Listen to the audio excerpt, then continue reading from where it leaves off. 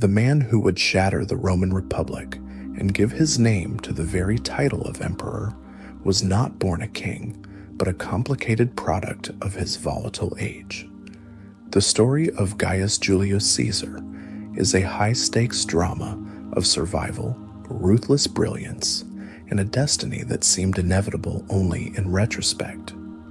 To understand his rise, we must first recognize the deep, bloody scars that Rome carried when he entered the world.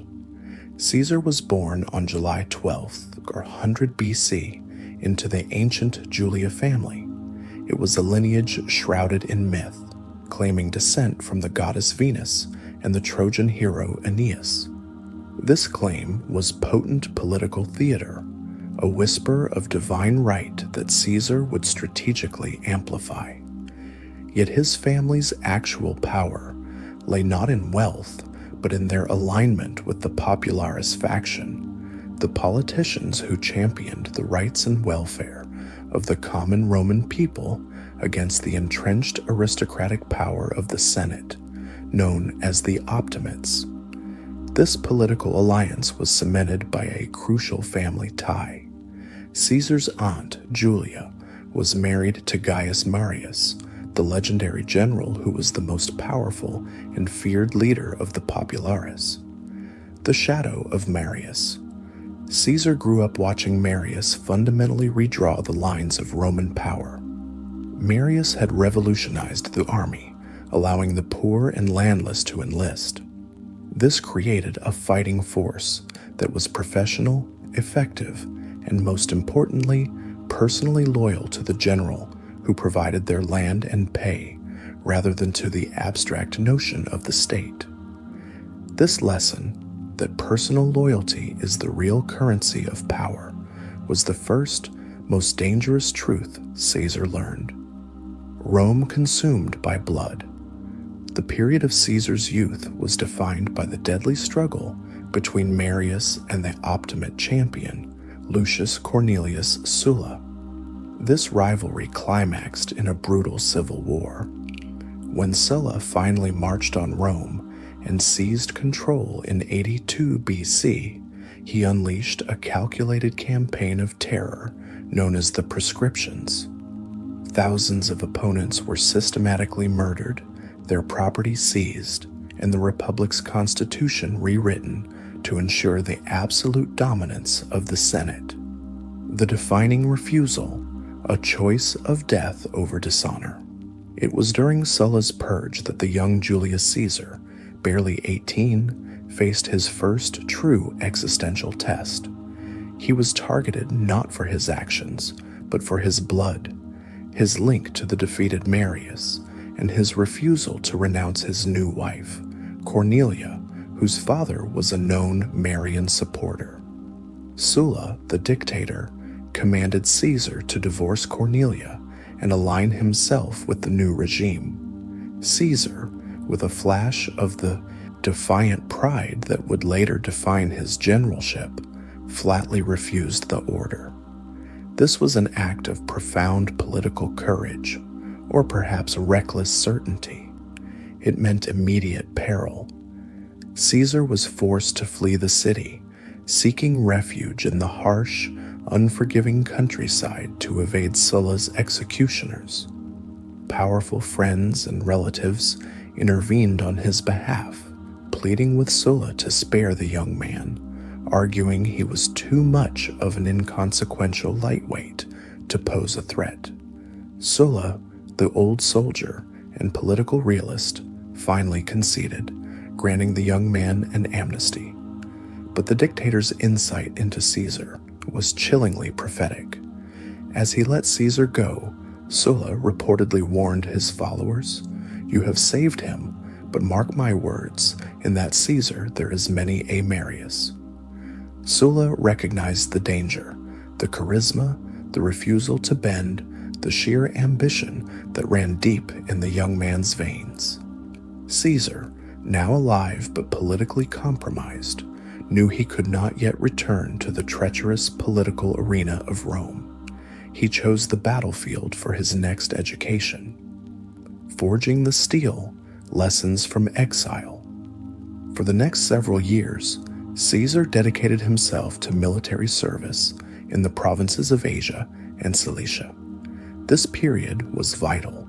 It took the privileged politician and transformed him into a seasoned soldier capable of command. The soldier's honor. He served with distinction, learning the practicalities of logistics, resource management, and command discipline.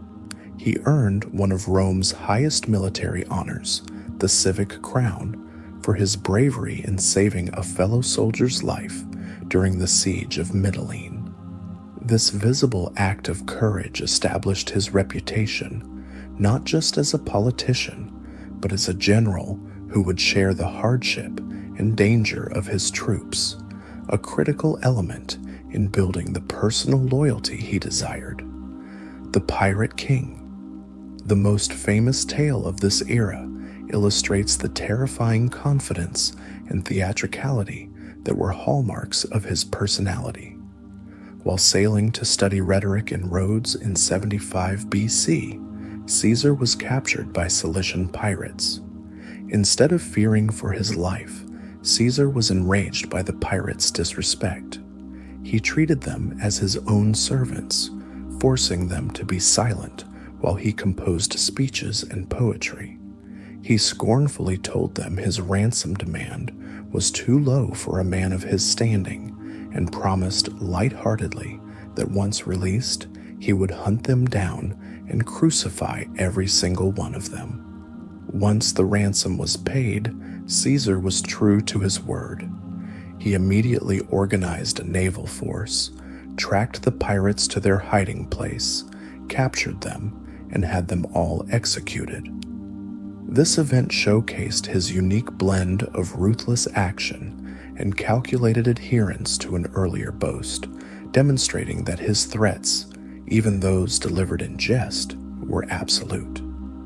The path back, debt, oratory, and the cursus honorum. Following Sulla's death, Caesar returned to Rome determined to ascend the political ladder. He knew that brute force could seize power, but persuasion was needed to secure it, legally. Oratory as a weapon. Caesar dedicated himself to mastering rhetoric, the essential weapon of Roman politics. He became renowned as a passionate and persuasive orator, often using his voice in the forum to prosecute corrupt provincial governors belonging to the Optimate faction. These public attacks cemented his image as the people's champion, a man willing to take on the moral decay of the aristocratic elite. The ladder of offices. Caesar was systematic in climbing the cursus honorum, the traditional sequence of offices. Every step required political maneuvering, popular appeal, and crucially, astronomical sums of money. A deal. As aedile, he staged magnificent public games and spectacles that dazzled the populace, endearing him to the plebeians, but leaving him with a mountain of crushing, inescapable debt. He was often jested to owe more money than Rome itself was worth. Pontifex Maximus. His greatest early victory came in 63 BC, when he won the election for Pontifex Maximus, chief priest. This was a lifetime appointment that granted immense social prestige, control over the religious calendar, and a crucial public profile, governor of Spain. After serving as praetor, he finally received the governorship of Hispania Ulterior, further Spain. This was his chance to escape his debtors. He launched swift, effective military campaigns against local tribes, not only demonstrating his command ability, but, more practically, looting and conquering sufficient funds to satisfy his most pressing creditors. By 60 BC, Caesar had returned from Spain, a military governor, a popular figurehead, and a man who had proved he would risk everything, including his life and his debt, for power. He sought the ultimate prize, the consulship. But he knew the Senate, the entrenched Optimate faction that remembered Sulla's warning, would stop him at all costs.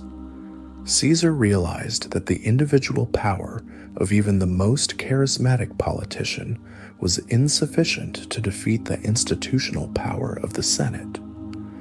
The Republic was too broken, too polarized for a single man to rise without resistance. He needed a coalition of titans. He initiated a series of secret negotiations that would bind together the three most powerful men in Rome, three men who fundamentally distrusted one another, into an alliance that was designed to bypass the Constitution and rule Rome by sheer force of combined will. This act of political genius, or perhaps political desecration, was the first triumvirate, the moment when the Republic's fate was truly sealed. The three men, Caesar, Pompey, and Crassus, were about to unleash forces that would change the map of the ancient world. Caesar, who had conquered Spain and mastered the Forum, now needed a vast, untamed territory to forge the army and the legend that would make him untouchable. The forests and savage tribes of Gaul lay waiting. The immense, unpayable political debt in the volatile political arena of Rome demanded a decisive and risky strategic move.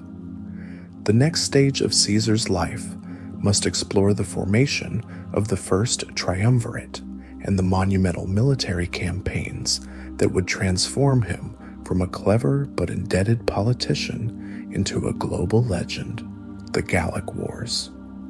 Having returned from Spain debt-free but craving the ultimate prize, the consulship, Julius Caesar, faced an insurmountable political wall.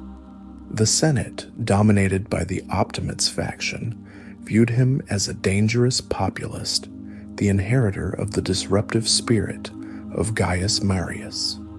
They were determined to block his ascent and deny his military triumphs the traditional honor of a public parade in Rome. Caesar recognized that the old constitutional rules were obsolete. The Republic was no longer governed by laws and traditions, but by the power wielded by a few dominant individuals. To defeat the institutional strength of the Senate, he needed to pool his own charismatic appeal with the military and financial might of Rome's two other titans. The birth of the first triumvirate, 60 BC, Caesar initiated a series of secret, pragmatic negotiations that bypassed the entire political establishment. The result was the first triumvirate, a private illegal pact, often termed the three-headed monster by the bewildered Roman populace.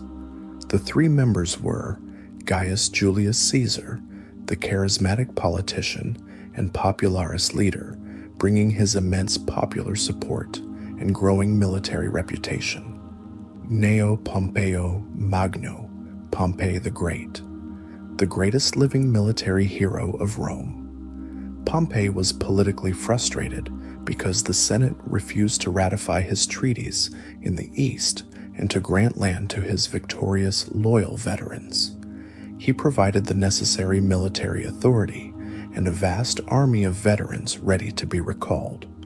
Marco Licinio Crasso, Crassus, the richest man in Rome, who had made a colossal fortune in real estate, slave trading, and extortion. Crassus needed political influence to safeguard his financial interests and satisfy his business partners. He provided the essential financial engine and the deep pockets necessary to buy votes and finance Caesar's political machine. This alliance was not based on friendship.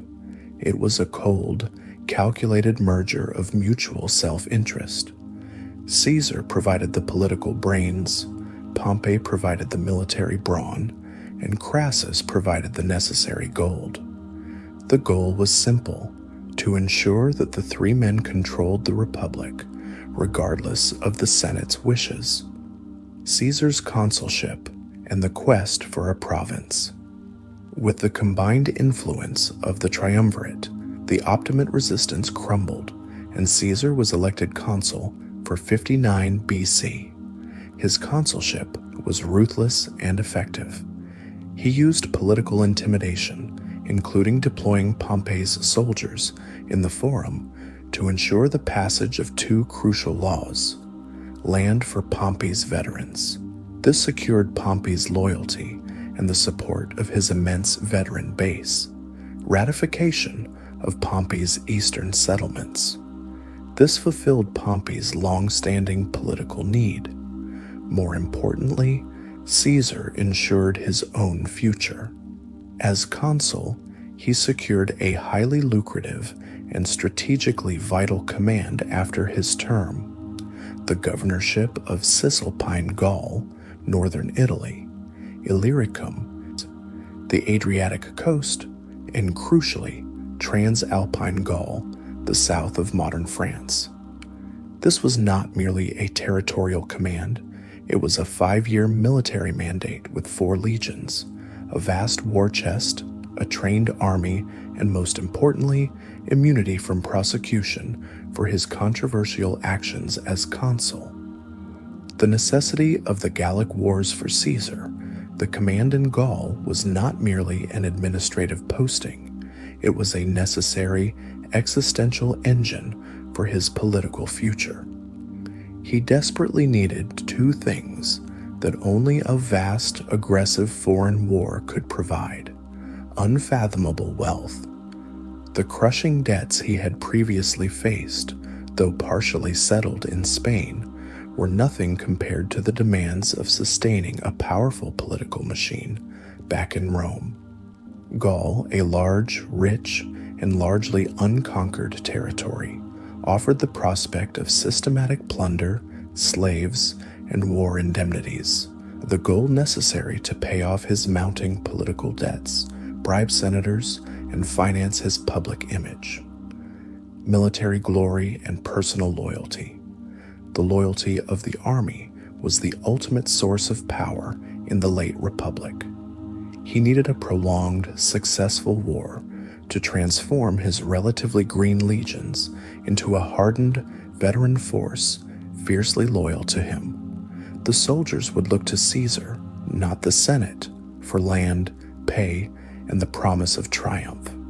He needed to build a legend that would eclipse even Pompey's fame. The first conquests, the Helvetii and the Germans, 58 BC. Caesar's mandate was initially defensive, intended to secure the existing Roman province from migrating tribes.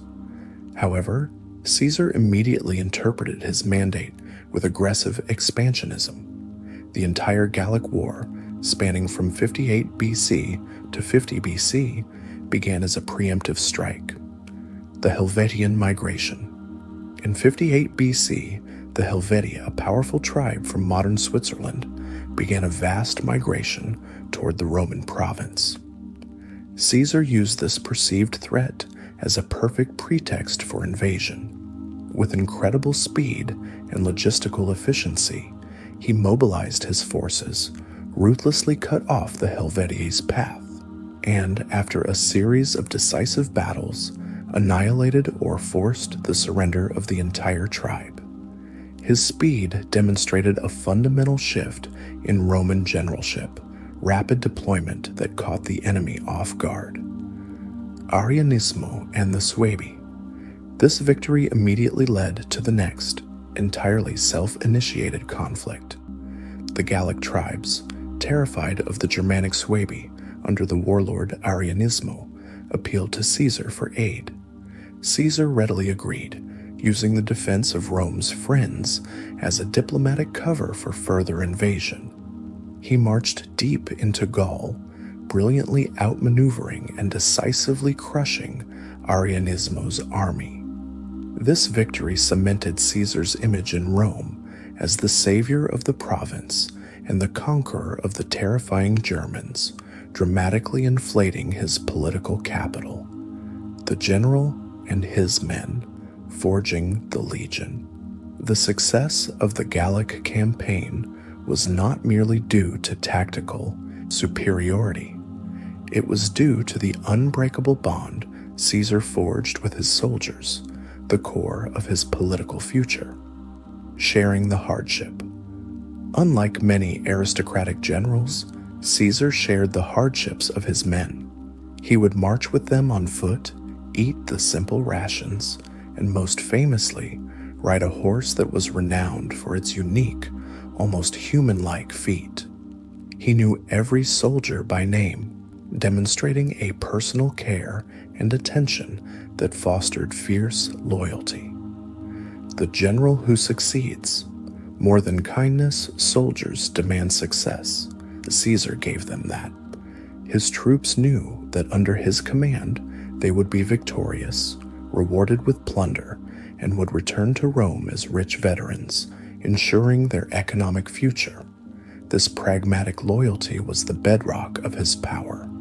The commentaries. Crucially, Caesar was both the general and the historian of his own war. During winter quarters, he wrote his famous commentaries on the Gallic War, Commentari de Bello Gallico. This book, written in simple, elegant third person, served as brilliant propaganda, a constant stream of self-justifying narratives sent back to Rome. It presented Caesar as the reluctant, necessary defender of Roman dignity, transforming ruthless conquest into a noble defense of the Republic. The Roman populace, fascinated by the tales of savage tribes, vast rivers, and epic battles, consumed the stories, fueling his immense popular fame while he was hundreds of miles away. By the end of the first 3 years, Caesar had virtually conquered all of Gaul, a territory larger than modern France. His fame was now colossal, his wealth incalculable, and his army was forged into an unstoppable force dedicated entirely to his personal will.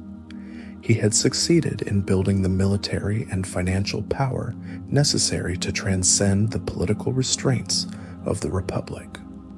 But back in Rome, the uneasy alliance of the triumvirate was beginning to fray, and the Senate was growing increasingly terrified of the colossus they had accidentally allowed to rise in the north. The success of the Gallic campaign was creating the very conditions that would lead to the next inevitable civil war. By 56 BC, the conquest of Gaul was largely complete, yet the political necessity for Julius Caesar to remain active, wealthy, and legendary was paramount.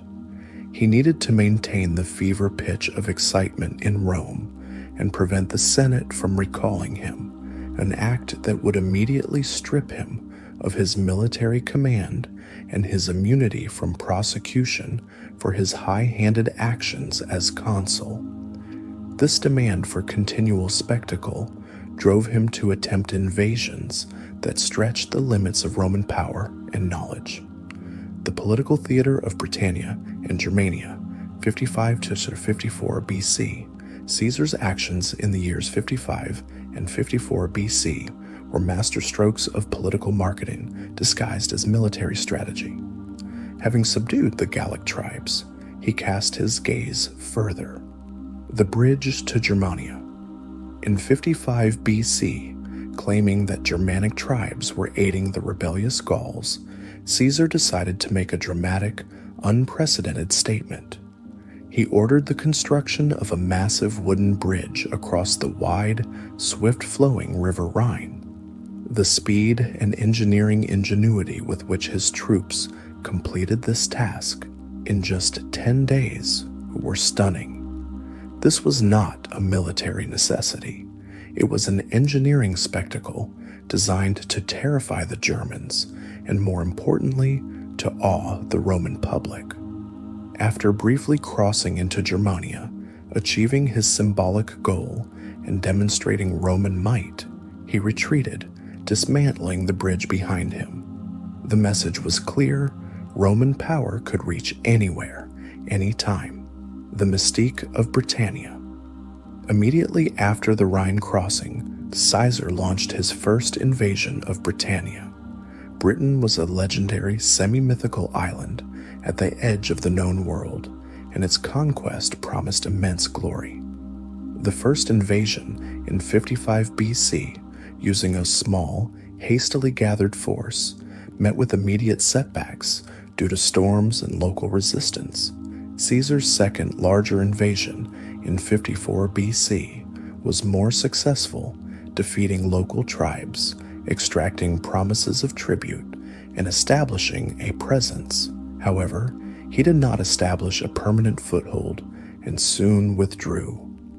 These two expeditions, Germania and Britannia, were political triumphs, not territorial conquests. They provided the Senate and the Roman people with a constant stream of sensational reports, cementing Caesar's image as an unprecedented, world-conquering figure who dared to go where no Roman before him had successfully ventured. His commentaries detailing these expeditions were devoured by the Roman public, ensuring his continued popularity. The cracks in the triumvirate. While Caesar was achieving mythical status in the West, the fragile foundation of the first triumvirate was beginning to crumble under the weight of personal tragedy and political rivalry back in Rome. The death of Julia, 54 BC. The alliance was held together by a crucial personal bond. Julia, Caesar's daughter, was married to Pompey the Great. Julia was deeply loved by both men, and her marriage served as a living guarantee of peace between the two most powerful generals. Her death during childbirth in 54 BC was a devastating blow, severing the only true personal tie that bound Caesar and Pompey. The alliance immediately became purely transactional and hostile. The death of Crassus, 53 BC. The triumvirate was dealt its final, fatal blow when Marcus Licinius Crassus, the financial pillar of the alliance, was killed during a disastrous military campaign against the Parthian Empire in the east. Crassus's death in the Battle of Carrhae removed the financial equalizer and the political buffer between Caesar and Pompey. The alliance, designed to be three-way, immediately devolved into a two-man contest for absolute power. With Crassus gone and Julia dead, the political balance shifted violently. The Senate, desperate to reassert its dominance, recognized that only Pompey possessed the military authority and legal standing to oppose the now seemingly unstoppable Caesar.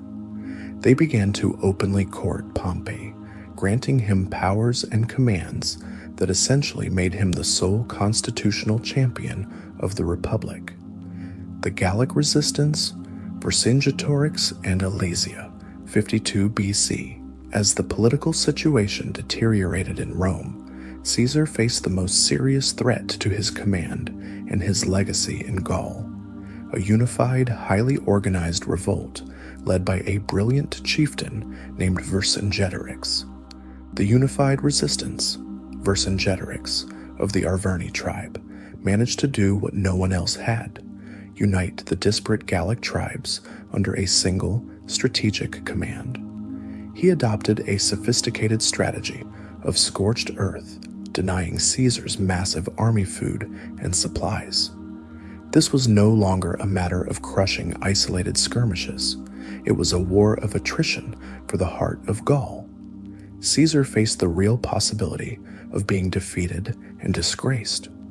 The siege of Alesia. The climax of the entire Gallic War came in 52 BC at the massive fortified hilltop settlement of Alesia. Vercingetorix and his 80,000 men took refuge within the immense fortress. Caesar responded with a military feat of unimaginable scale. He ordered his troops to construct a double ring of fortifications, a masterpiece of Roman siegecraft. Inner wall, a massive wall facing the fortress, designed to keep Vercingetorix in. Outer wall, an equally massive wall facing outward, designed to keep the vast, newly assembled Gallic relief army, estimated at over 250,000 men, out. For weeks, Caesar and his exhausted 40,000 men were besieged from both directions, the ultimate military crisis. In a decisive, desperate, and brutal battle, Caesar personally led his men, fighting both the desperate breakout attempts from Vercingetorix within and the massive coordinated attacks from the relief forces outside. Caesar won. The Gallic relief army was routed, and Vercingetorix, realizing the cause was lost, surrendered himself to Caesar in a powerful, dramatic gesture, laying down his arms at the feet of the Roman general. The victory at Alesia was absolute, crushing, and final. It secured Roman rule over Gaul for the next 5 centuries, provided an incalculable flow of wealth to Rome, and cemented Caesar's reputation as the greatest general the Republic had ever produced, eclipsing even Pompey's glory. The point of no return Caesar spent the next 2 years consolidating his conquest, putting down final rebellions, and organizing the administration of Gaul. But his eyes were fixed on Rome, where his enemies were closing in. The Senate, now entirely aligned with Pompey, who was stationed near Rome and granted unprecedented command, became openly hostile.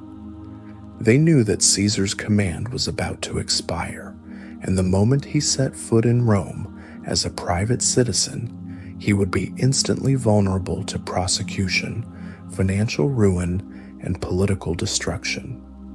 The Senate's demand was simple and unyielding. Caesar must immediately relinquish his command and disband his army before returning to Rome. Caesar countered with demands of his own, seeking to run for consul in absentia and retain control of his legions. The negotiations were fruitless, driven by fear and mutual distrust. In January 49 BC, the Senate delivered its ultimate ultimatum, the Senatus Consultum Ultimum, effectively declaring Caesar an enemy of the state if he did not comply. The choice was clear: obey the law and face ruin, or defy the Republic and launch a civil war. Caesar stood with his beloved 13th Legion on the banks of the Rubicon River, the small stream that marked the legal boundary of his province and the constitutional limit where a general was forbidden to bring his army. To cross it with his legions meant war against the very heart of the Republic. The decision, though perhaps inevitable, weighed heavily, for the stakes were everything. The winter of 50 BC was a season of terrifying political deadlock. Julius Caesar, fresh from his absolute triumph over Vercingetorix and the final subjugation of Gaul, stood at the precipice of ruin. The Senate, convinced he was too dangerous to live as a private citizen, had issued the Senatus Consultum Ultimum, the decree of ultimate emergency, effectively declaring him an enemy of the state unless he disbanded his army. The choice was simple, brutal, and historic: surrender his command, return to Rome as a private, debt-ridden citizen, and face inevitable prosecution and political annihilation, or march his army on Rome, thereby launching a civil war against the very republic he claimed to serve. The point of no return, crossing the Rubicon, January 49th BC. The boundary line was the small, insignificant stream known as the Rubicon River, marking the legal border between Caesar's province of Cisalpine Gaul and Italy proper. Roman law strictly forbade any general from bringing armed forces across this line. The fateful night, on the night of January 10th, 49 BC, Caesar stood on the banks of the river with his single, loyal 13th Legion. The decision was not made lightly. He knew that crossing the Rubicon meant tearing up the foundational contract of the Republic, plunging the entire Mediterranean world into a war that would be fought by Romans against Romans. Alea iacta est. After a moment of profound, agonizing hesitation, Caesar gave the order to advance. As his men stepped into the shallow water, he uttered the phrase that has echoed through history: Alea iacta est, the die is cast. This was not a cry of certainty, but a philosophical acceptance of a colossal gamble. The future was now surrendered to the unpredictable whims of fate. The long, slow death of the Republic had just received its final, violent push. The strategy of speed. Caesar's only chance lay in speed and shock. The moment he crossed the river, he was a rebel and a revolutionary. He could not afford a prolonged political or military standoff. He immediately began a lightning-fast march south toward Rome, aiming to capture the capital before the Senate could organize its defenses. The collapse of resistance in Italy, the speed and audacity of Caesar's advance, had a paralyzing effect on his enemies. The Senate and the Optimate faction, led by Pompey the Great, were caught completely unprepared, their confident political posturing crumbling into disarray. The panic in Rome. Instead of uniting their forces for a decisive stand, the Optimate leadership fell into a panic. Pompey, who had boasted he could raise a legion simply by stamping his foot, realized his veteran legions were scattered across Spain and the East. The army he had in Italy was largely unreliable and insufficient to stop Caesar's seasoned Gallic veterans. The flight of Pompey made the crucial strategic decision not to defend Rome. He believed that holding the city was irrelevant. The true strength of the Republic lay in its provinces, resources, and alliances. He withdrew eastward, leading a massive exodus of senators, consuls, and magistrates, the entire constitutional government from Rome down to the port of Brundisium on the Adriatic coast. His plan was to regroup in Greece, mobilize the vast forces of the East, and crush Caesar in a future decisive campaign. Caesar's clementia. Caesar, by contrast, pursued a policy that was as politically brilliant as it was militarily effective: clemency. As he captured towns and garrisons abandoned by the Senate, he ordered his troops not to engage in the bloody purges and proscriptions that had marked Sulla's reign. Captured officers and soldiers were often released immediately, sometimes with their possessions intact, and were given the option to join his cause. This policy had a devastating psychological effect on his opponents. Soldiers deserted Pompey's side, realizing that fighting Caesar meant risking their lives against a general who offered forgiveness and stability, while fleeing with Pompey meant abandoning their property and homes. When Caesar entered Rome just 60 days after crossing the Rubicon, the city was empty of its constitutional government, but peaceful and secure. He had won Italy without a single major battle. The strategic dilemma and the Spanish campaign Caesar now controlled the heart of the Roman world, but his position was highly precarious. Pompey controlled the entire East, including the immense wealth and manpower of Egypt, Asia Minor, and Greece. Furthermore, Pompey's most experienced and loyal veteran legions were stationed in Spain, a massive threat to Caesar's rear. Dealing with Spain, recognizing the immediate danger, Caesar made the decision to prioritize the security of the West.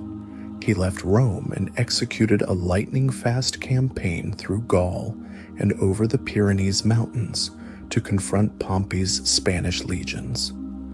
Through a combination of brilliant siege tactics, logistical mastery, and his continued policy of clemency, Caesar was able to force the surrender of Pompey's armies in Spain. This victory in 49 BC was crucial.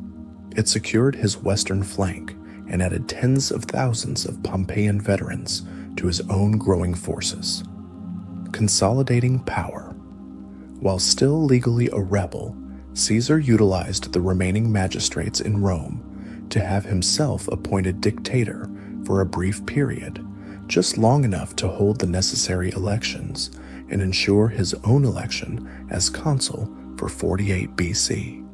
By securing the consulship, he cloaked his rebellion in a thin veil of legality, presenting himself not as a power-mad tyrant, but as the only man capable of restoring order. The race for Greece. Confrontation with Pompey. With the West secured, the final inevitable confrontation with Pompey the Great loomed. Pompey had spent the last year in Greece, methodically assembling a massive army and navy, drawing troops and resources from all client kingdoms in the east. His force was numerically superior to Caesar's, better supplied, and commanded by the most famous living Roman general. The Adriatic crossing. Caesar knew he could not wait. In the winter of 49 to 48 BC, demonstrating his characteristic audacity, he executed a high-risk crossing of the Adriatic Sea from Brundisium to the Greek coast. Due to the lack of sufficient transport ships and the dominance of Pompey's navy, only half of Caesar's army initially made it across. For weeks, Caesar was stuck in Greece, separated from his reinforcements and facing Pompey's massive, well-supplied force. The Battle of Dyrrhachium. The campaign began poorly for Caesar.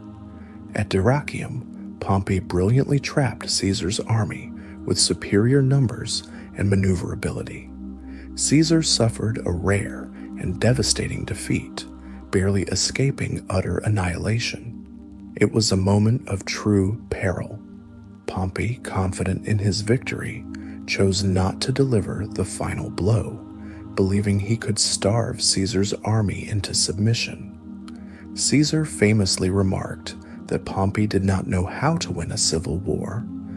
The defeat at Dyrrhachium forced Caesar to abandon the coast and retreat inland into Greece, desperately seeking to link up with his remaining reinforcements and draw Pompey into a decisive ground engagement where the superior discipline of his Gallic veterans could be brought to bear. The entire fate of the Roman world was now reduced to a grim, dangerous pursuit across the ancient plains of Thessaly.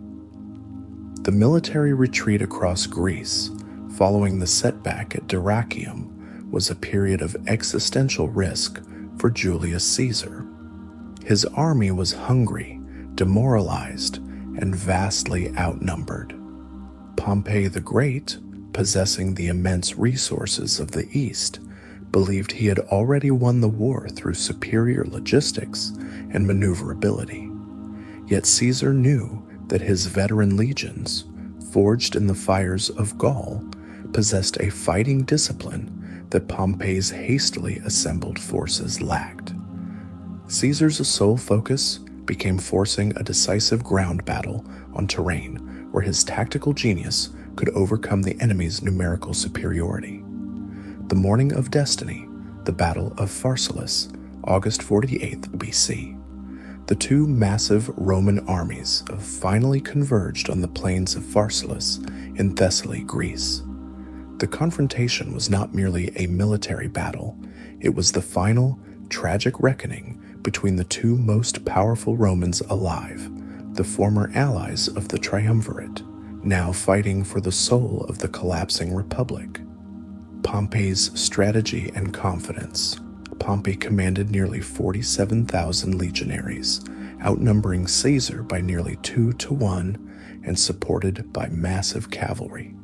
His generals, many of whom were conservative senators eager for a quick, crushing victory, urged him to engage. Pompey's strategy was sound. use his overwhelming cavalry advantage to shatter Caesar's right flank, wheel behind, and crush the veteran legions from the rear. He was so certain of victory that he had already prepared the luxurious tent and banquet for his post-battle celebration. Caesar's tactical genius. Caesar commanded 22,000 exhausted loyal men. He foresaw Pompey's cavalry move. In a brilliant, decisive move, Caesar performed a tactical innovation. He secretly withdrew 6 cohorts from his third line and positioned them not for conventional attack, but as a hidden fourth line, a surprise reserve facing the expected cavalry charge. He gave his men a chilling, necessary order. Ignore the usual custom of throwing the javelin first. Instead, hold it and use it as a spear, aiming specifically for the faces of the enemy cavalry. The decisive blow. As Pompey's cavalry crashed into Caesar's line, the fourth line sprang out. The sight of the hardened veterans spearing their horses and aiming for the riders' faces caused the cavalry to break and scatter instantly. With the cavalry, Pompey's entire strategic advantage gone, Caesar launched his third line, shattering the surprised, demoralized main Pompeian line. The battle quickly devolved into a rout. The discipline of Gaul had defeated the numbers of the East. Pharsalus was not a narrow victory. It was a cataclysmic, decisive military triumph for Caesar. The vast army of the Senate was destroyed, and the cause of the Republic, as a political entity capable of challenging Caesar, was broken beyond repair. The tragic end of Pompey the Great. The immediate consequence of Pharsalus was the flight of Pompey. He abandoned his camp, his army, and his destiny, seeking refuge in the only place he believed he could immediately raise new forces and resources, Ptolemaic Egypt. The flight to Alexandria. Pompey arrived in the great port city of Alexandria, the capital of the Hellenistic kingdom ruled by the Ptolemies. At the time, Egypt was governed in name by the 13-year-old King Ptolemy III and his ambitious sister wife, Cleopatra VII. The real power, however, lay with the regent, Potino. The betrayal and the murder. The Egyptian court faced an impossible dilemma. Protecting Pompey meant incurring the wrath of the victorious Caesar. Handing him over meant risking the wrath of Pompey's remaining allies. Potino and his advisors made a cold, calculated choice. They would eliminate the problem and present the severed head of Rome's greatest general as a gesture of peace and loyalty to Caesar. As Pompey stepped ashore from his boat, he was immediately stabbed to death by a former Roman officer serving in the Egyptian army. Caesar's horror. Caesar, pursuing Pompey relentlessly, arrived in Alexandria a few days later, expecting to negotiate the surrender of his former ally. Instead, he was greeted by the appalling spectacle of Pompey's head and signet ring, offered to him on a platter by the Egyptian court. Caesar was genuinely horrified and disgusted. This act was not the political surrender he expected.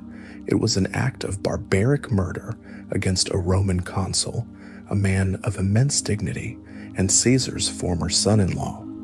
Far from expressing gratitude, Caesar wept and ordered Pompey's killers to be executed. This calculated display of anger and grief was a powerful statement.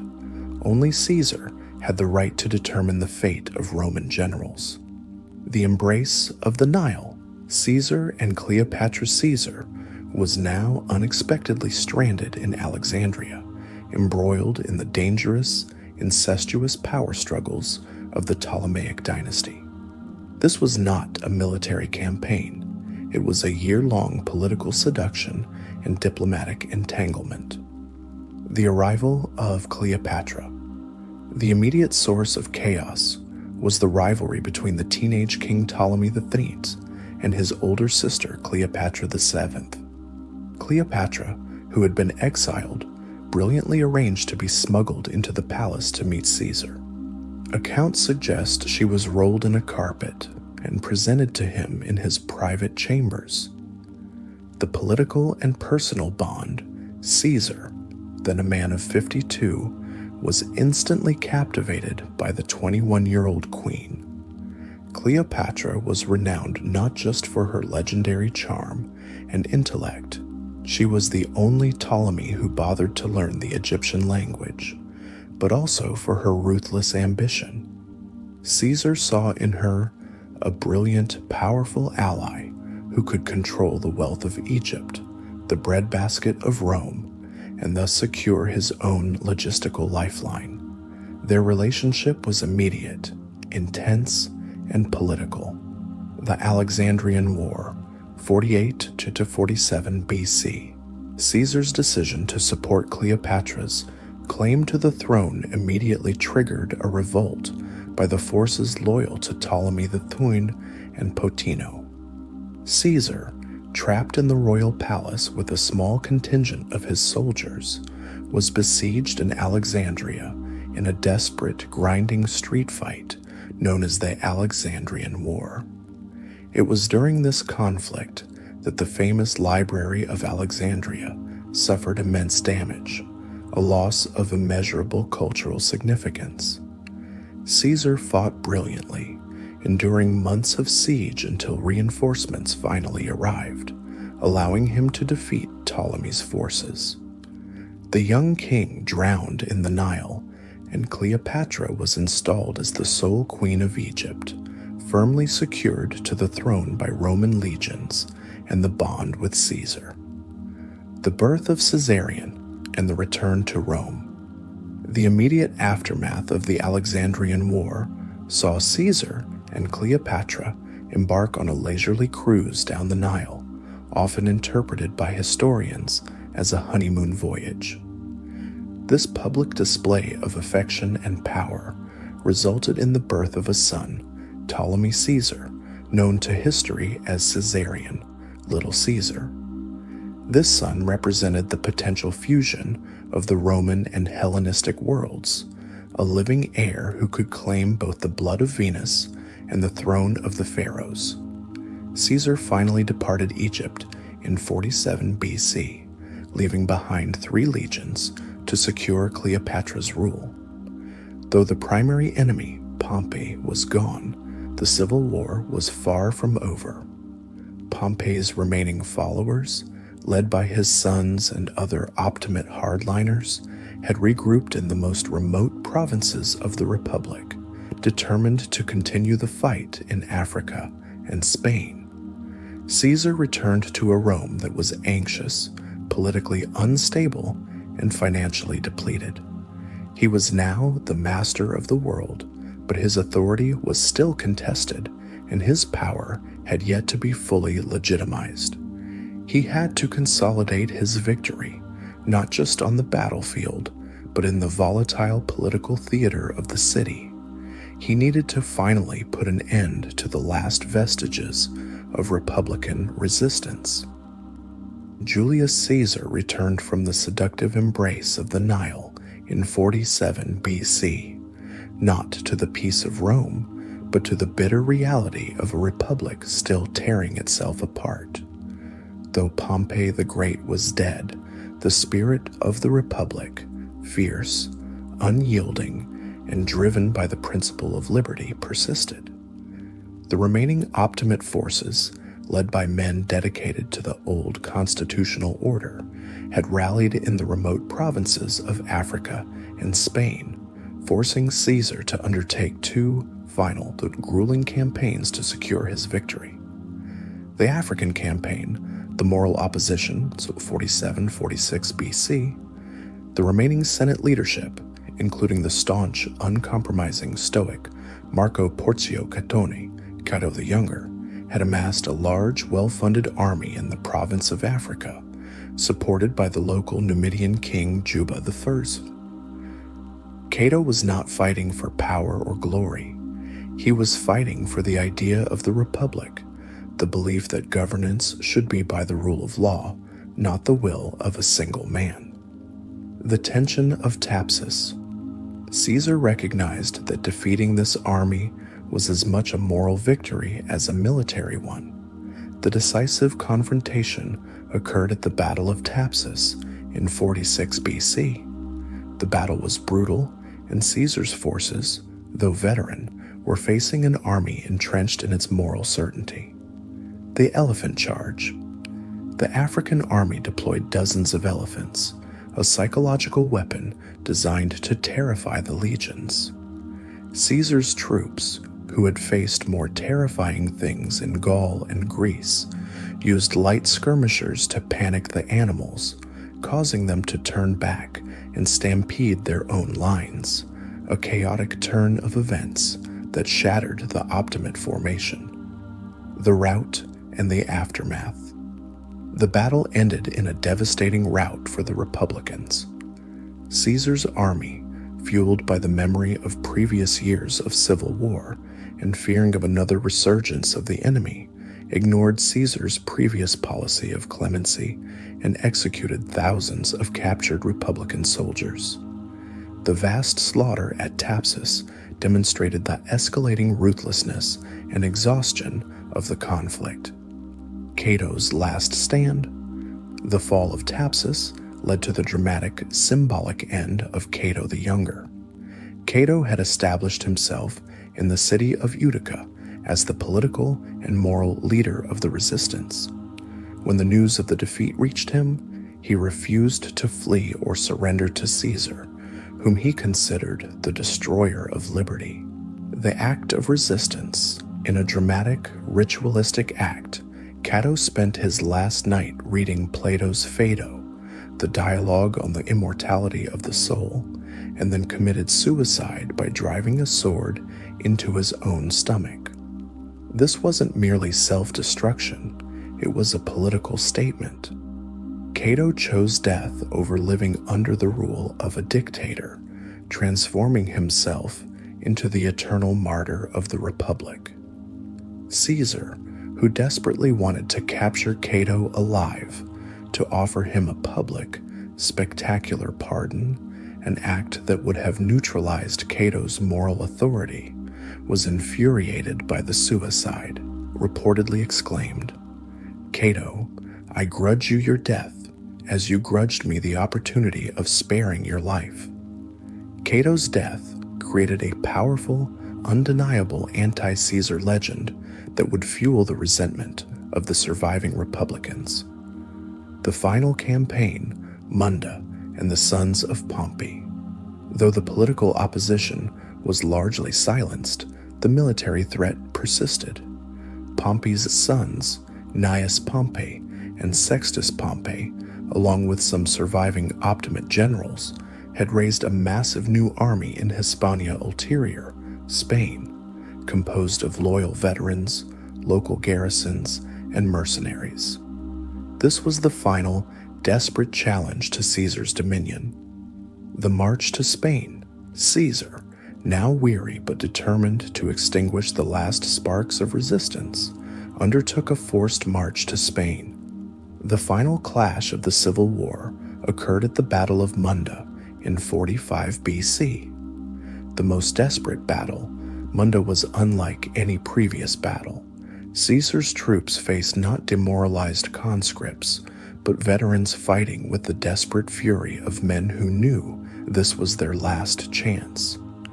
The battle was fought at close quarters, and for hours the outcome remained uncertain. Caesar later admitted that he had fought for victory many times, but at Munda he had to fight for his very life. At a critical point, seeing his 10th Legion waver, Caesar allegedly leapt from his command post, seized a shield, and rushed into the thick of the fighting, personally rallying his men. The total victory, Caesar won, but the victory was complete only through the utter annihilation of the enemy command. Gnaeus Pompey was killed, and Sextus Pompey was forced into hiding. The Battle of Munda marked the absolute decisive end of the Roman Civil War. Caesar was, at last, the sole master of the Roman world. The triumphs of the dictator in 46 BC and 45 BC, returning to Rome after Munda, Caesar was greeted not merely as a victorious general, but as the undisputed sovereign of the state. He was immediately installed as dictator, first for a 10-year term, and later for life, dictator perpetuo. The quintuple triumph. To solidify his image and reward his troops, Caesar staged a series of spectacular triumphs, the traditional Roman parades of victory, unprecedented in their scale and number. In 46 BC, he celebrated 4 triumphs over Gaul, Egypt, Pharnaces, a king in the east, and Africa. Controversial spectacle, the celebrations were massive, featuring lavish games, gladiatorial combat, and dramatic floats depicting his conquests.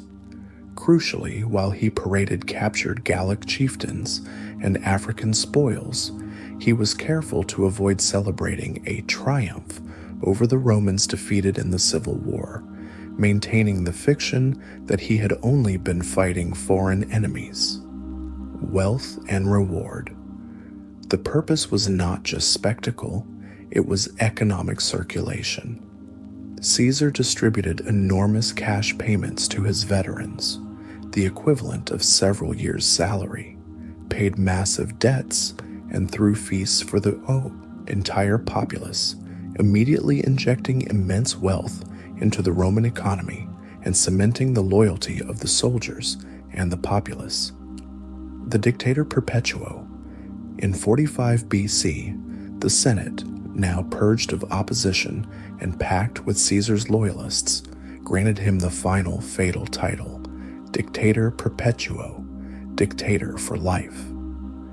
This title, which effectively ended the tradition of the limited temporary dictatorship, made his absolute authority legally permanent and hereditary, transforming the nature of Roman governance forever. He began to wear the purple toga of a general in the city, had his image stamped on coins, an honor previously reserved for gods and ancient kings, and accepted honors that bordered on deification. The era of reform, restructuring the republic, Caesar's rule was not merely a military occupation, it was a period of intense, revolutionary reform aimed at fixing the political, economic, and social decay that had plagued the Republic for decades. He was now free to apply his renowned organizational genius to the state, the Julian calendar. His most enduring reform was the overhaul of the hopelessly inaccurate Roman calendar. Based on astronomical knowledge from Egypt, Caesar introduced the Julian calendar in 45 BC, which included the concept of the leap day every 4 years. This calendar, with minor modifications, remains the foundation of the calendar used by the Western world today. Debt and land reform. He enacted measures to alleviate the widespread debt crisis that had crippled the plebeians and fueled civil strife. He established laws governing interest rates and provided massive land grants to his 80,000 veterans, settling them in colonies across the provinces, thus spreading Romanization and securing loyal pockets of support outside of Italy. Governance of the provinces. Recognizing that the provinces were the source of the Republic's wealth and instability, Caesar rationalized their administration, established fairer taxation, and crucially, began the process of granting Roman citizenship to inhabitants of Gaul and Spain. This was a radical, inclusive measure that integrated the periphery of the empire directly into the Roman system, strengthening its foundation. Enlarging the Senate in an act that simultaneously humiliated the old Optimate families and secured his legislative dominance, Caesar dramatically increased the size of the Senate from 600 to 900 members, filling the new seats with his own supporters, including notoriously new members from Gaul. This action effectively broke the power of the old Roman aristocracy forever. Caesar was now the undisputed architect of the new Roman world.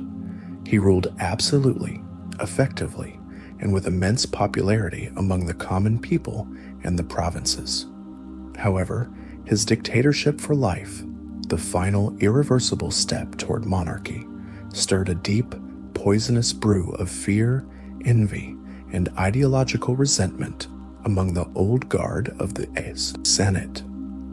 The physical war was over, but the war for the soul of the Republic was about to enter its final, tragic chapter. With the final victory at Munda in 45 BC, the Civil War was finished, and Julius Caesar reigned as the undisputed master of the Roman world. The Senate, hollowed out and packed with his own nominees, had granted him the unprecedented and fatal title, Dictator Perpetuo, Dictator for life. This period, which should have been one of peaceful reconstruction, was instead marked by an intense, poisonous tension that permeated the aristocracy, driven by fear, envy, and the ancient, potent Roman worships of liberty. The erosion of republican ideals. Caesar's reforms, and while effective and beneficial to the plebeians and the provinces, were seen by the old Roman nobility as a total annihilation of the republic's spirit. Deification and honors. Caesar accepted honors that clearly signaled a move away from the traditional, temporary magistracies toward a permanent near-monarchical status. He adopted the title Imperator, Commander, as a permanent prefix to his name, appeared in the purple toga of a triumphing general even in the city, and allowed his image to be stamped on coins during his lifetime, an honor previously reserved for the gods or the heroes of the distant past.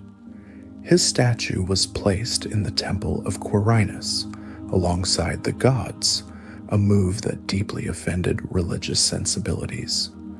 The usurpation of the Senate. The Senate was humiliated. They were forced to vote on every honor Caesar demanded, turning the sacred institution of Rome into a rubber stamp for a single man's will.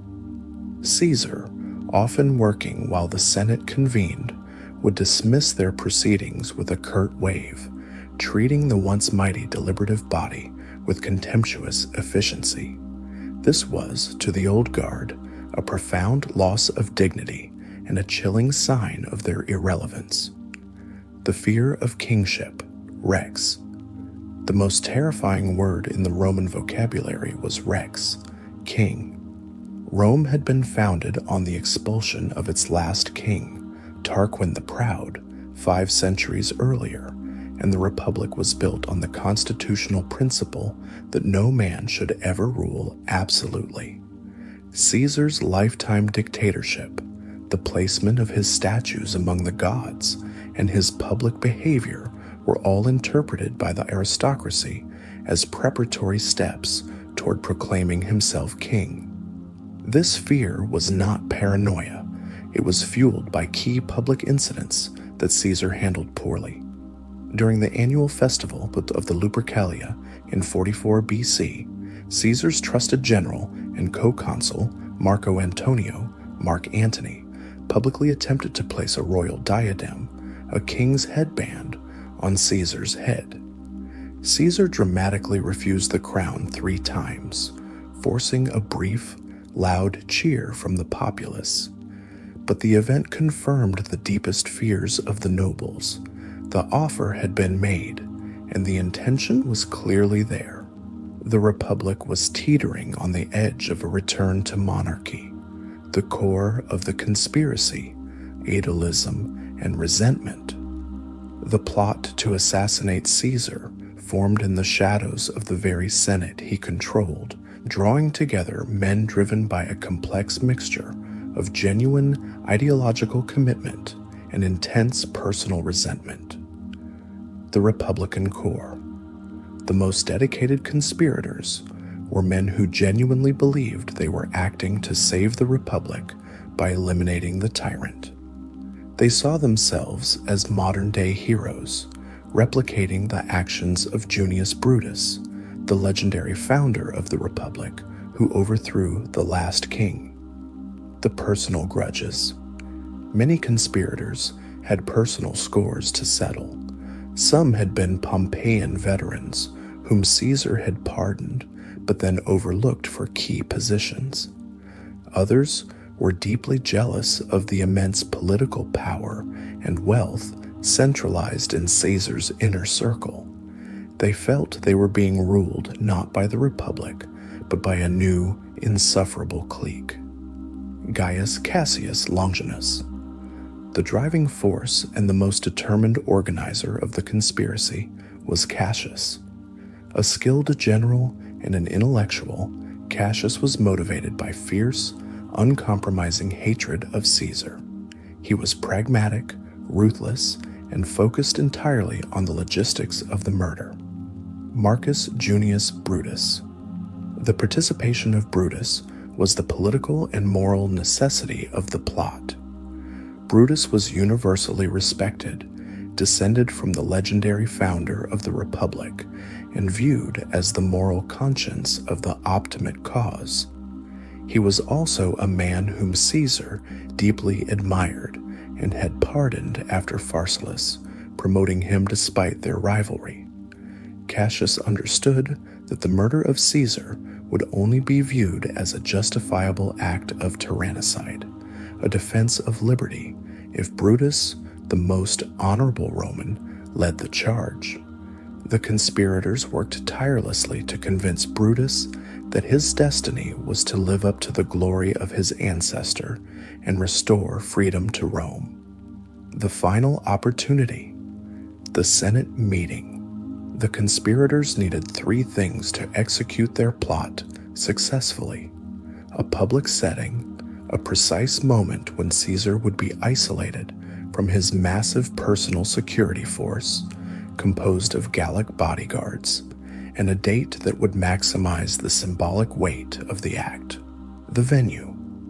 The conspirators learned that the Senate was scheduled to meet on the Ides of March 15th, 44 BC, at the Theater of Pompey, a massive structure that included a Senate meeting hall. The location was critical. It was not the traditional Senate house, but a temporary venue attached to a theater complex, an open, easily accessible space. Crucially, it was Pompey's own building, adding a bitter irony to the site of Caesar's fall. The isolation. Caesar had dismissed his personal Gallic bodyguard, a gesture of confidence that ultimately cost him his life. He claimed it was better to die once than live in perpetual fear. This lapse in security provided the conspirators with the window they needed. The date, the Ides of March, was perfect. The date carried no immediate, pre-existing significance, ensuring that the act itself would become the sole, central historical event, immediately burned into the collective memory of the Republic. The conspirators saw themselves not just committing a murder, but staging a political sacrifice to the goddess of liberty. The warnings and omens. As the Ides of March approached, the tension surrounding Caesar's absolute power manifested in a pervasive sense of foreboding, a phenomenon recorded widely in the historical accounts of the time. These omens serve as a dramatic literary device, highlighting the inevitability of the impending tragedy. The soothsayer's prophecy. Caesar was famously warned by a soothsayer, possibly named Spurinna, to beware the Ides of March. Caesar, dismissive of superstition, reportedly joked with the soothsayer on the way to the Senate, noting that the IDs had arrived without incident. The soothsayer, it is said, simply replied, "I, Caesar, but not gone." Calpurnia's dream. His wife, Calpurnia, suffered a vivid, terrifying dream on the night of March 14th, foreseeing Caesar's murder. So compelling was her distress that for the first time, Caesar nearly yielded to superstition and decided to postpone the Senate meeting. The petition. On his route to the theater of Pompey, a nervous citizen pressed a petition detailing the conspiracy into Caesar's hand, urging him to read it immediately. Caesar, preoccupied with the pressing senatorial agenda, dismissed it, folding it and holding it in his left hand with other papers, unread as he walked to his death. Despite the warnings, the dictator proceeded. The philosophical disdain for fear and fate, which had served him so well on 1,000 battlefields, ironically led him to ignore the very real, human danger that lay in wait. The political forces he had suppressed for 15 years, the fury of the aristocracy, the love of tradition, and the refusal to submit to a king, were converging into a final, deadly vortex. Caesar entered the theater of Pompey, dressed in his imperial purple, utterly exposed, believing his great clemency and his massive popularity provided a political shield that was stronger than any army. He was about to discover that the memory of the Republic, though legally defeated, held a final fatal weapon. The morning of the Ides of March, March 15th, 44 BC, was thick with the fate of Rome. Despite the terrifying dreams of his wife Calpurnia and the explicit warnings of the soothsayer, Julius Caesar, driven by his usual disregard for superstition and his ingrained courage, proceeded to the meeting of the Senate at the Curia of Pompey. He walked not merely toward a political assembly, but toward the violent end of 5 centuries of the Roman Republic and the bloody inauguration of the new age of empire. The fateful walk and the arrival. The journey from Caesar's house to the meeting hall was a final procession through a city that both loved and feared him. The final warnings. Along the way, Caesar was delayed by a crowd of petitioners. As he was being ushered into the meeting hall, the soothsayer who had warned him approached. Caesar, with a dismissive smile, noted, "The Ides of March are come." The soothsayer's response was sharp and immediate. "I, Caesar, but not gone." Just moments later, an Athenian philosopher named Artemidorus pressed a scroll detailing the entire conspiracy into Caesar's hand, urgently advising him to read it at once. Caesar, however, put the scroll with his other documents, preoccupied with the pressing business of the Senate, sealing his fate through an act of routine procrastination. The setting. The location itself was fraught with irony. The Senate was meeting in a large hall adjacent to the vast theater of Pompey, a building complex financed and dedicated by Pompey the Great, Caesar's former ally and ultimate rival, whose very statue, a massive marble effigy, stood ominously at the end of the hall. Caesar, the destroyer of Pompey and the constitutional republic, was walking into a space dominated by the vengeful spirit of the past. The ceremony of murder, the conspirators, nearly 60 senators strong, led by Marcus Junius Brutus and Gaius Cassius Longinus, were positioned throughout the hall, their daggers concealed beneath their senatorial togas. The plan was meticulously choreographed to ensure simultaneous action, leaving Caesar no time to resist or call for help. The distraction. As Caesar entered and took his seat, the conspirators initiated their plan. Lucius Tullius Cimber, acting as the designated decoy, approached Caesar with a lengthy, urgent petition concerning the recall of his exiled brother.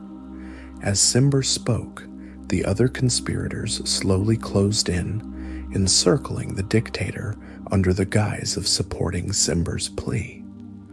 The signal, Caesar, irritated by the physical crowding and Cimber's persistence, angrily pushed him away. This was the signal. Cimber grabbed Caesar's purple toga, pulling it down from his neck, the physical act that left the dictator exposed and defenseless. The first blow, Publius Servilius Casca, positioned behind Caesar, struck the first blow, a clumsy, nervous stab aimed at the neck. Caesar, realizing the immediate danger, reacted instantly, shouting, "Why, this is violence!" and attempting to wrench the dagger from Casca's hand. He twisted away, but the confined space of the senatorial chair left him trapped and vulnerable. The entire hall erupted into pandemonium. Loyal senators and those not involved in the conspiracy screamed, unsure whether they were witnessing a political coup or a general riot. They fled the hall in terror, leaving Caesar entirely surrounded by his determined killers. The fall of the dictator Caesar, a man who had faced down thousands of spears and arrows on countless battlefields, was now being attacked by the very men whose lives and careers he had generously spared through his policy of clemency. The assault, the conspirators, fueled by revolutionary zeal, ideological fervor, and sheer panic, began to stab wildly. They were so intent on the deed that many conspirators accidentally wounded each other in the melee. Caesar fought back fiercely, using his stylus, a sharp writing instrument, to stab one of his assailants in the arm. The turning point, Brutus. According to the most powerful and enduring version of the story, Caesar continued to struggle, twisting and roaring, until he saw Marcus Junius Brutus among the attackers. Brutus, the man Caesar had treated like a son, the son of his mistress Servilia, and the moral conscience of the Republic, drove his dagger into the dictator's groin. The final words. It was at this moment, seeing Brutus among the murderers, that the fight drained out of Caesar. He uttered the famous words, usually rendered as "Et tu, Brute?" Even you, Brutus? The phrase, whether precisely accurate or a later dramatic embellishment, encapsulates the deep sense of betrayal and devastation Caesar felt at the final, personal stab delivered by the man who represented the Republican ideals he had crushed. He reportedly pulled his toga over his head and body, accepting the inevitable, refusing to let his former allies see him fall. Caesar fell at the foot of Pompey's statue, which was now splattered with the blood of his conqueror. He received 23 stab wounds, only one of which, the second delivered by Casca, was deemed medically fatal. The excessive number of wounds symbolized the conspirators' collective, ritualistic act of tyrannicide, ensuring that all could share the claim to have killed the tyrant. The conspirators' delusion and the immediate aftermath. The silence that followed the frenzied attack was total. The senators who had fled were hiding. Caesar lay dead, his body bleeding out onto the floor of the hall. The conspirators, euphoric in their delusion, believed they had successfully achieved their goal. The proclamation of liberty. Brutus, holding his blood-stained dagger aloft, turned toward the empty hall and delivered a triumphant speech to the few remaining sympathizers, proclaiming that liberty was restored and that the tyranny was over. They marched out into the forum, carrying torches and chanting slogans about freedom, expecting to be hailed as heroes. The silence of the people. But the immediate reaction from the Roman populace was not celebration. It was terrified silence and confusion. The conspirators had misjudged the mood of the city. The common people did not view Caesar as a tyrant. They viewed him as their champion, the source of their land grants, their wealth, and the stability of the grain supply. The memory of the Civil War was too recent and too painful. The sight of political murder brought only fear of renewed chaos. The flight of the conspirators. The city remained eerily quiet. The conspirators, sensing the populace's fear and the lack of immediate support, retreated to the heavily fortified Capitoline Hill, seeking refuge and attempting to formulate a plan. They had thought only of the killing, not of the ruling in the ensuing power vacuum.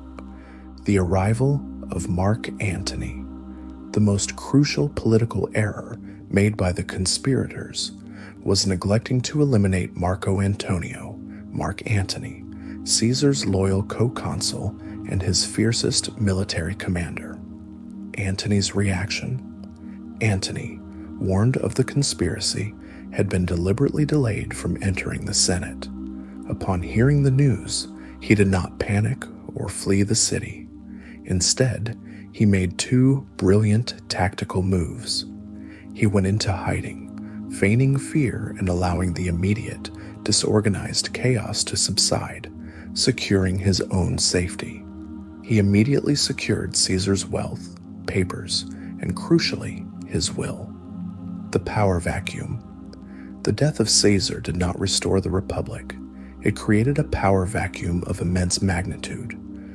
Rome was now poised between the frightened, idealistic murderers on the Capitoline Hill and the politically savvy, military-backed vengeance of Mark Antony. Antony understood a vital truth that the conspirators missed.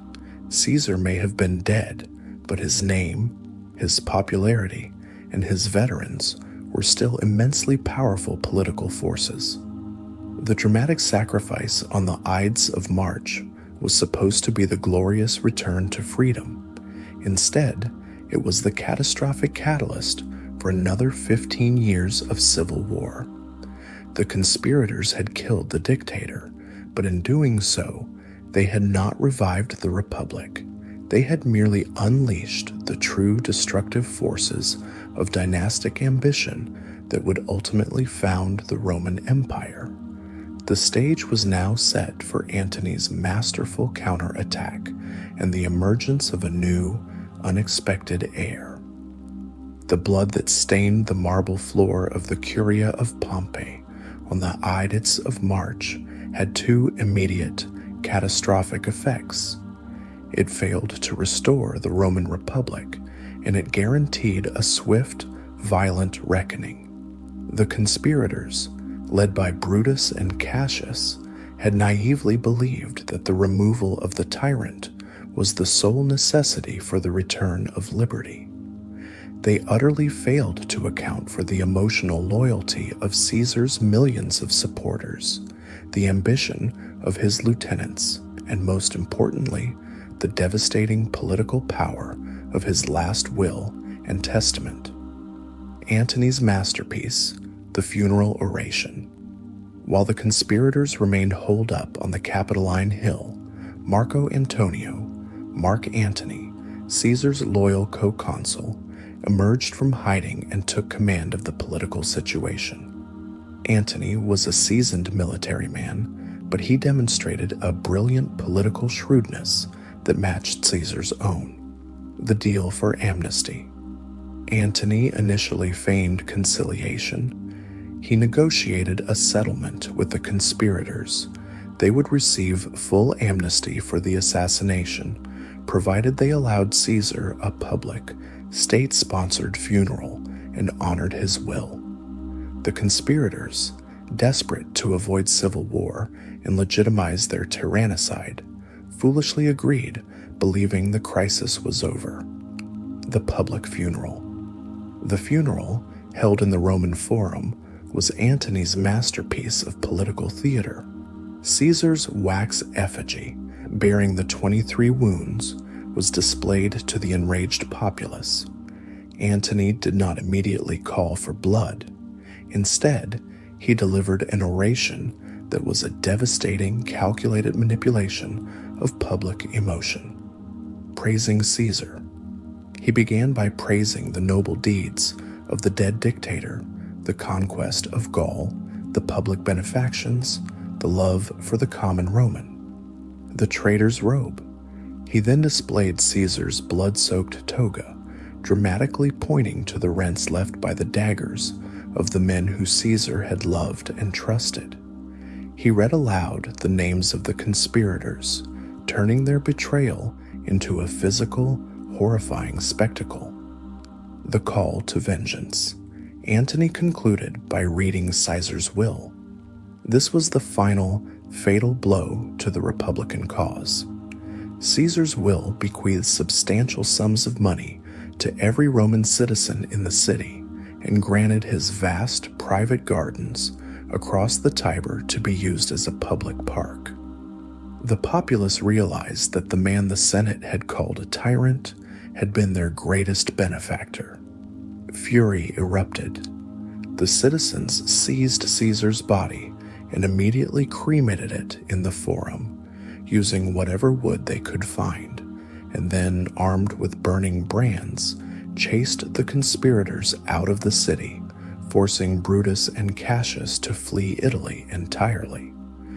The conspirators had aimed for political liberation. They had achieved only public hatred and exile. The arrival of the unexpected heir, Gaius Octavius. The crisis of succession was complicated by the sudden appearance of a dark horse, Gaius Octavius, Caesar's 18-year-old great-nephew. The Will's Clause.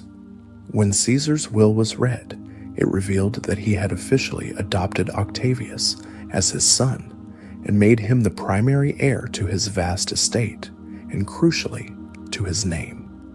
Octavius, known henceforth as Gaius Julius Caesar, Octavian, was immediately transformed from an obscure student into the legal and symbolic inheritor of the most powerful name in Rome. Antony's underestimation.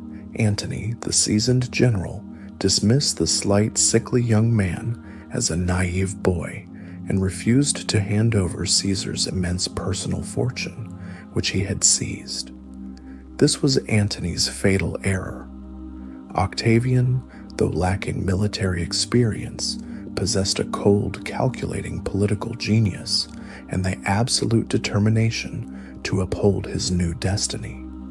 He sold off his own property to raise the funds necessary to pay the bequests promised in Caesar's will, fulfilling the dictator's promise to the people. The rift. Octavian's meticulous fulfillment of the will instantly endeared him to the populace, and critically, to Caesar's huge, loyal veteran army, who saw in him the true continuation of their beloved general. A fierce, political rivalry immediately ignited between Antony, the seasoned military lieutenant, and Octavian, the legal, popular heir, further destabilizing the Republic. The Second Triumvirate. Vengeance becomes law. The political maneuvering between Antony and Octavian, and the persistent threat of the conspirators who were raising armies in the East, convinced all parties that the only path forward was a temporary military alliance to eliminate the Republican threat once and for all. The Pact of Bologna, 43 BC. Antony and Octavian, along with Marcus Aemilius Lepidus, a military ally and one of Caesar's former generals, met and formed the Second Triumvirate. Unlike the first, this alliance was legally sanctioned by a law passed by the Roman Assembly, granting them near absolute power for a period of 5 years to restore the Republic, a title that masked their true purpose, vengeance, and absolute rule. The prescriptions revived. The triumvirate immediately revived the brutal, terrifying practice of the prescriptions, which had been used by Sulla decades earlier.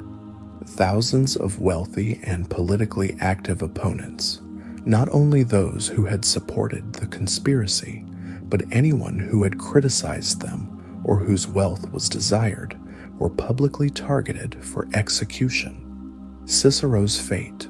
The most famous victim was the great orator and statesman Marcus Tullius Cicero. Cicero, a staunch defender of the Republic, had foolishly attacked Antony with a series of brilliant, damning speeches, the Philippics.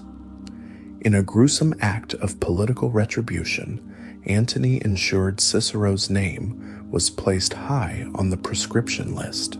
Cicero was murdered, and his hands, the hands that wrote the defenses of the Republic, and his head were displayed in the Roman Forum, signaling the absolute end of free speech in Rome. The bloodbath secured the triumvirate's power and raised the vast sums of money necessary for the next phase of the Civil War.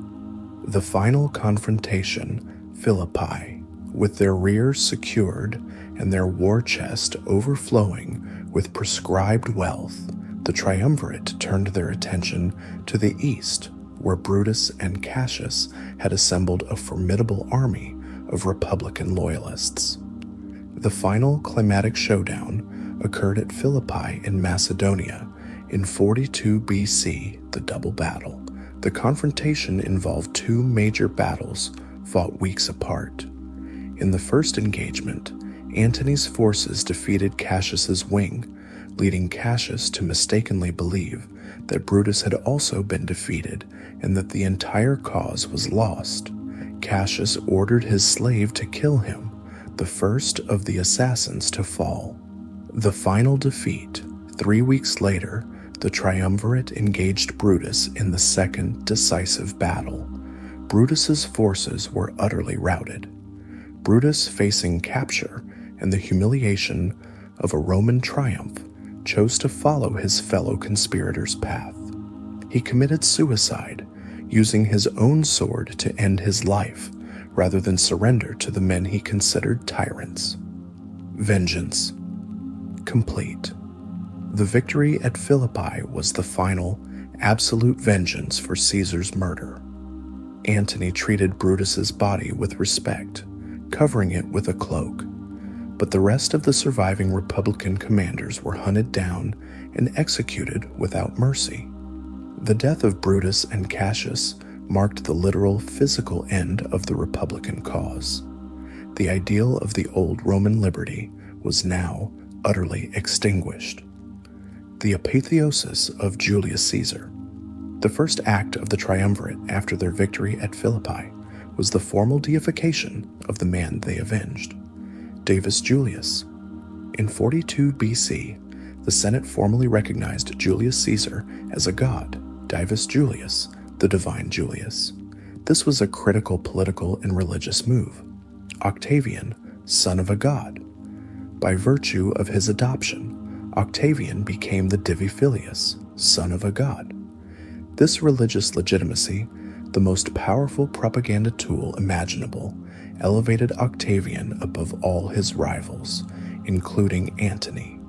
Octavian now stood not just as a successful general or a popular politician, but as the son of a divine being, marking the complete, final departure from the constitutional principles of the Republic. The man who had been murdered for fear of becoming a king had been posthumously transformed into a god, securing the future of the new dynastic order. The partnership of the second triumvirate, though militarily successful, was inherently unstable.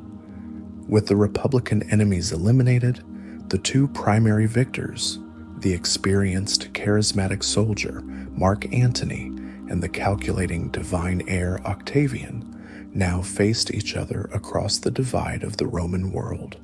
their temporary alliance destined to dissolve into the final, inevitable conflict for absolute mastery. With the Republican conspirators crushed at Philippi, the vast Roman world was partitioned between the three victorious members of the Second Triumvirate. Marcus Aemilius Lepidus was soon politically marginalized, leaving the stage set for the final, inevitable duel between Mark Antony and Gaius Octavian. This final conflict was not a civil war between republic and dictator, but a struggle for dynastic supremacy between the heir of Julius Caesar and his most trusted lieutenant. The seeds of conflict, East versus West. Following the victory at Philippi, the Roman world was geographically divided. Octavian, the calculating political heir, took control of the West, including Rome and the Italian legions. Antony, the charismatic soldier, took the wealthier Greek-speaking East, securing his base in Egypt alongside Queen Cleopatra Suetonius VII. Antony's decline in the East. Antony, captivated by Cleopatra, began to adopt the trappings of a Hellenistic monarch, embracing lavish Oriental rituals and ceding Roman territory to the Egyptian queen's control. He saw himself as the heir to Alexander the Great, governing the East from Alexandria. Critically, he had 3 children with Cleopatra and publicly recognized them, an act that deeply offended Roman sensibilities about marriage, duty, and the Republic's dignity. Octavian's political warfare. Octavian, meanwhile, played the perfect Roman. He stayed in Italy, stabilized the fragile post-war economy, managed the grain supply, and most crucially, launched a brilliant and devastating propaganda war against Antony. The narrative. Octavian portrayed Antony not as a noble Roman general, but as a slave of passion, a man seduced and corrupted by the foreign, power-hungry Egyptian queen. He claimed Antony was sacrificing Roman interests and territory for his unnatural, foreign family. The narrative was simple and potent. The war was no longer against a Roman rival, but against a foreign threat, Egypt, led by the corrupted Antony. The crucial reveal. The final political maneuver came when Octavian illegally seized Antony's will from the Temple of the Vestal Virgins. He read it publicly, revealing that Antony intended to be buried in Alexandria next to Cleopatra, and that he recognized his children with Cleopatra as legitimate heirs.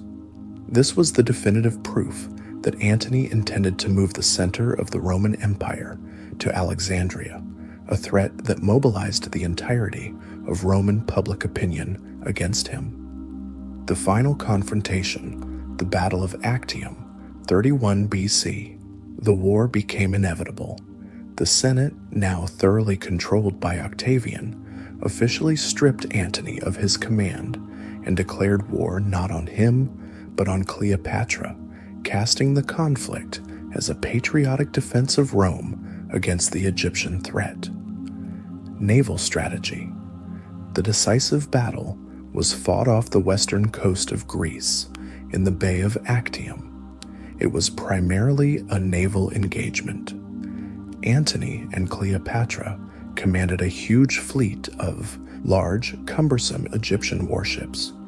Octavian's forces, commanded by the brilliant admiral Marco Vipsanio Agrippa, utilized smaller, faster, more maneuverable Roman vessels. The fateful flight. During the battle, the fighting was inconclusive until inexplicably Cleopatra's squadron suddenly broke formation and fled the battle, sailing for Egypt. Antony, seeing his lover and his vital Egyptian treasury leaving the scene, abandoned his fleet and his men to follow her. This act was not merely a tactical error. It was a profound betrayal that immediately demoralized his entire army and sealed his fate. The aftermath of Actium. Actium was an overwhelming strategic victory for Octavian, not only destroying Antony's fleet, but securing the surrender of his massive, abandoned land army. The victory left Octavian as the sole, undisputed master of the Roman world, the last man standing.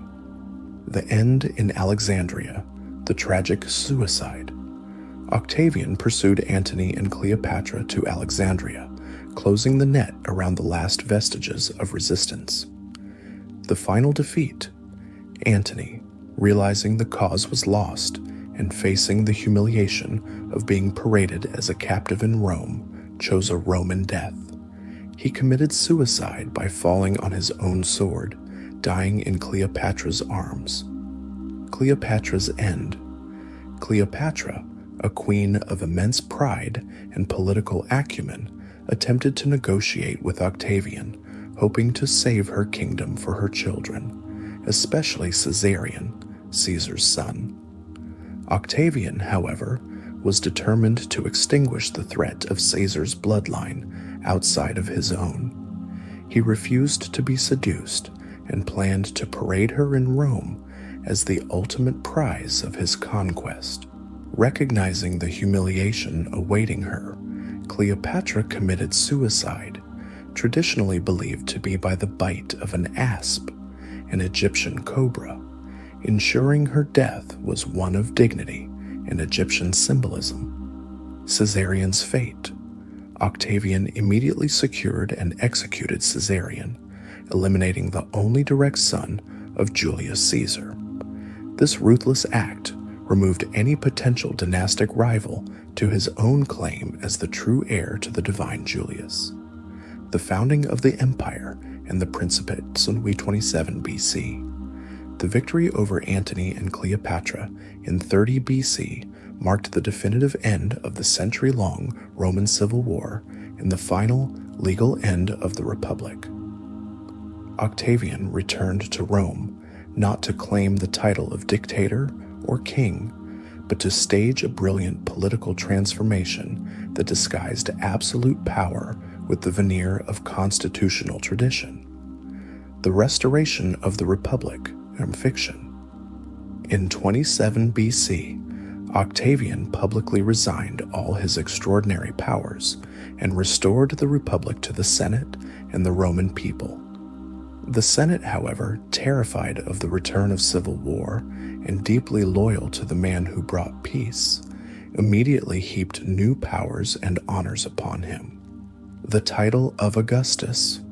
He was granted the unprecedented title of Augustus, meaning revered or majestic, a name suggesting a status beyond the human. He styled himself Princeps, the first citizen, maintaining the illusion that he was merely the leading servant of the Republic, while in reality holding complete, consolidated control over the army, the finances, and the provinces. The Pax Romana.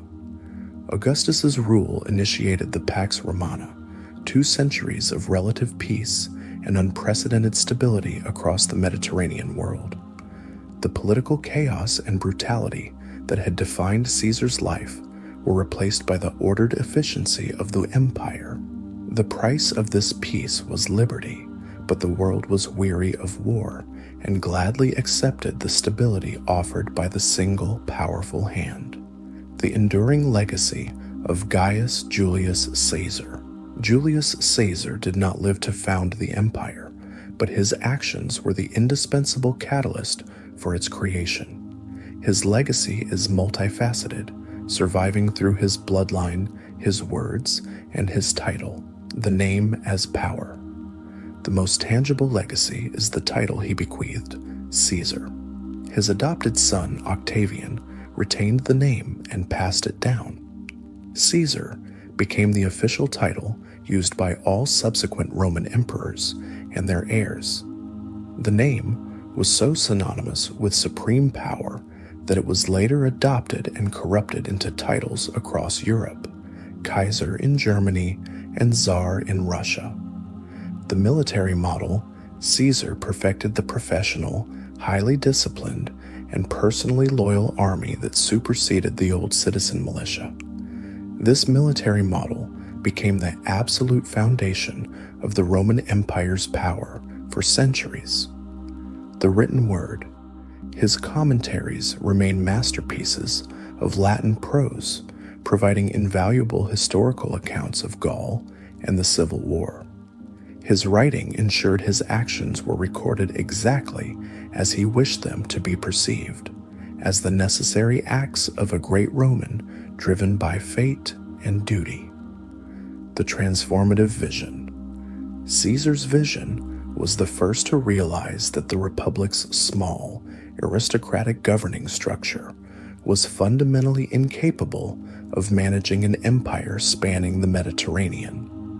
His policies, extending citizenship to the provinces, rationalizing taxation, and stabilizing the currency, provided the administrative blueprint for the Roman Empire, transforming it from a collection of conquered territories into a unified, integrated state. Julius Caesar was a man of impossible contradictions, a dazzling intellectual, a ruthless general, a generous benefactor, and a destroyer of the Republic. His life, marked by immense debt, political peril, world conquest, and spectacular assassination, was the necessary final chapter of the Roman Republic. He died for the crime of seeking kingship, only to achieve deification and provide the name and the structure for the most powerful empire the Western world has ever known. He shattered the old world to create the new, ensuring that every subsequent ruler of Rome and much of the Western world would forever measure their power and ambition against the colossal shadow of Gaius Julius Caesar.